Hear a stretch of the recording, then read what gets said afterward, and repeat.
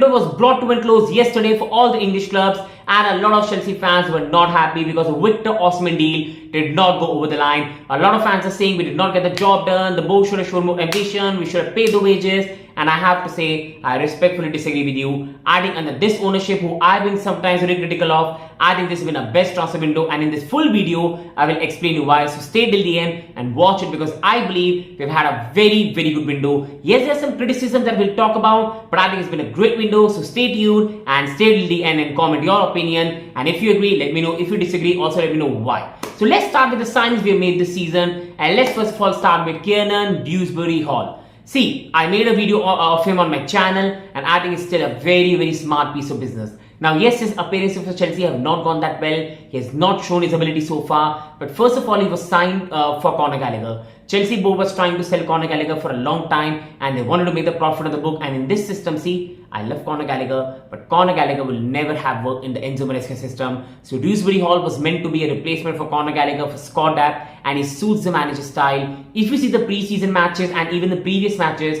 Dewsbury-Hall has not played his natural position, and he still has a knack of making through balls, some great passes. He got the assist in the pre-season where he made a beautiful cross and was headed in the back of the net. He still always tries to find that cute passes for the forwards line, so he has got the ability. And his technical style of play has been played Conference League matches, Carabao Cup, FA Cup, and in some substitute appearances, he can always do a job. And for 25 million, he's a very, very good piece of business. He wasn't signed to be the first team player, he was signed to be a squad depth and got to suit the manager, so it's a very, very good deal in my opinion. Let's go to the next one, Tosin Adarbayo. He was brought on free. See, first of all, let's be honest, Tosin was brought to be replacing Trevoh Chalobah. Now, the board from the start have always wanted to sell Trevoh Chalobah because he's a pure profit of the book, and I disagree with that. I did not like his treatment. I love Trevoh Chalobah, and I believe he's better than Baricelli, he's better than Disasi, he's marginally better than Tosin as well. So he still is one of our best centre-backs along with Fofana and Louis Colwill. So I think it was not good. But for board, it's all about business. Football is all about business, and it's a pure profit of the book. And the board was thinking they're going to sell Trevoh Chalobah for some money. Tosin was signed for free, so I think it was a good deal for them. But right now, the board was not able to sell Trevoh Chalobah for any money. He's gone on loan to Palace,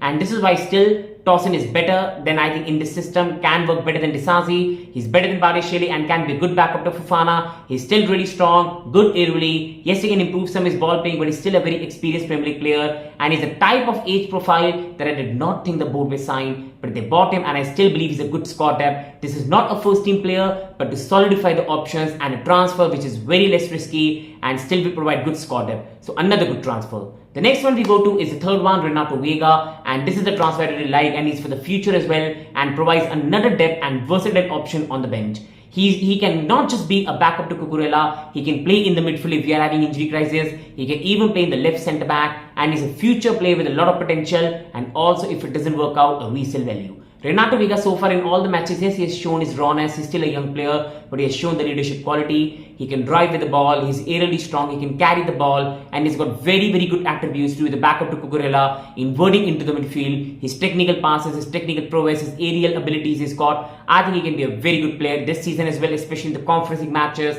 FA Cup, Carabao Cups, and along with that, a good option for the future. And again, for the money we bought him, this is an absolutely good transfer. I don't know why he's getting the criticism, and I don't think any fan is criticizing him. It's a very, very top class signing, especially for the price and the ability he's got. So that's the third one. Now let's go to a bit more serious transfer, and that's on Pedro Neto. What a signing. And he is a profile of player I've always wanted at Chelsea. Yes, injuries have always been a doubt for me regarding Neto, but as a footballer, I love him. He can play in many positions. He can play left wing, right wing, in the number 10 role as well. And this man is a pure footballer. From Chelsea having problems in the left wing with Mudryk, who's still very raw. He's still very bad in front of the goal or in terms of creativity. He does do some good work, but Mudryk is still very raw. This man is a proper, creative, intelligent footballer. He can make some really good crosses, some great passes. He's really intelligent and a proven Premier League player. And he can play in so many positions, and you saw in the goal for Joao Felix, this man is a very intelligent player. At Wolves, the problem was that he was the best player at Wolves. They had to play him in every game. So even if he's half fit, he will have to play. If the manager Enzo Maresca manages his workload well, he rotates him, doesn't really rush him, gives him enough time, we have got really top player on our hand. And from the left wing, using the left foot, putting the crosses into the box and providing different dynamism to this Chelsea side, Pedro Neto, along with players like Palmer, Madueke, Nicholas Jackson, were really good link-up players, really good attackers. Chelsea have got really good attacking qualities, really good attacking balance, and this is a top class transfer. And yes, it's 60 million, but in today's market for that quality, I think that's an amazing price. And if he can even stay fit for 60% of the season, that man is going to rack up a lot of assists in this Chelsea side, and a great transfer.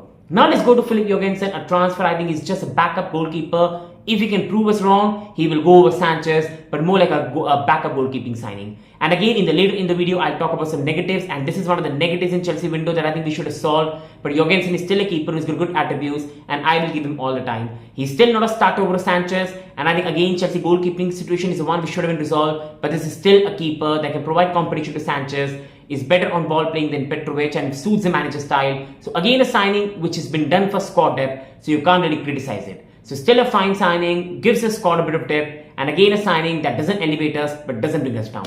Let's go now to the next one, and that is Jadon Sancho on a loan deal. And let's talk about that. What a signing. What a signing for the price and the profile he brings. First, this is a manager signing. So I always love when a manager is given his signing. Number second, this man can play false nine, this man can play right wing, this man can play left wing, this man can play center. So he's a very versatile player. He's technical player, going to suit the manager style, and is a really good player that's going to work in this system. And we've signed him for just 20-25 million with obligation to buy. So again, if it works out, really good for us, low price. If it doesn't work out for us, he's a young player with potential and we can still make a profit in the future. A low risk, high reward signing, so I'm really happy with him. Now going on, before I go on Joao Felix, quickly going on Mark Boehly, we have signed him for just 6 million, so what are you expecting? This is a young guy with good potential. He has shown good glimpses of his intelligence in terms of his good positioning, his pressing, and that is really important in the system. His finishing needs a lot of work. He's a young player, and if Chelsea got osimhen deal through, I think most probably he would have gone on loan. But overall, still a young player, and if he can show his potential, really top class for us. If it doesn't, the club can still make a profit on him. So signing you can't really judge on. Hopefully the youngster really makes it at Chelsea, or otherwise it's still a good signing for board looking at the money and what qualities he can really bring. So now quickly going on to the very serious one, Joao Felix. Now Joao Felix is a footballer we all know from many years is really talented, and Atletico Madrid, I think footballing wise, is not a side that's going to really suit him. I'm not blaming Atletico fully. Felix would have done better, but overall he's a pure footballer. When he came to Chelsea the first time, we had 50 players and most of the players didn't even play for us at that time. It was a pure chaos. This man is a proper technical player who can work in the system, play false nine, left wing, can even play in the left centre midfielder role, right centre midfielder role, and can be a top class signing for us. This man for just 40 million in today's market, 45 million, sorry, for this market, what he's going to bring is a fantastic signing for such a youngster. 45 million price, and the wages I think has been really reduced. It's a very low risk and high reward signing again for one of the most talented player in the world 3 to 4 years back. Remember what we were talking about Felix 3 to 4 years back, and I still don't forget it. This man on the ball is really talented, he's really intelligent, he's got great passing skill, great creativity, and if the manager uses him well in this system, playing with more younger players, players of his age, proper dynamism, Chelsea have got a really good attack of Neto, Felix, Veluki, Palmer, Nkunku, Mudryk. We've got really good dynamism and really excited. Now quickly, just ending on the video, why this window is great, but yes, some points we're going to improve upon, but why still it maintains a fantastic window under this ownership is first of all, versatility. We have versatile squad now, players can play many positions. We have solved a left wing crisis now. Along with that, Chelsea have sold the players and the squad is reduced for the manager. Along with that, the squad depth is good and the squad is still good enough to be a top 4 squad. And after many years of crisis, when against Real Madrid we had to play attack of Gallagher and Havertz, we have now got 6-7 attacking options, great attacking lineup, dynamic attacking lineup, and great attacking youngsters who combine really well, something you love to enjoy. So that is solved. The only problem with this window has been, I think, centre back. We still haven't got top quality centre backs.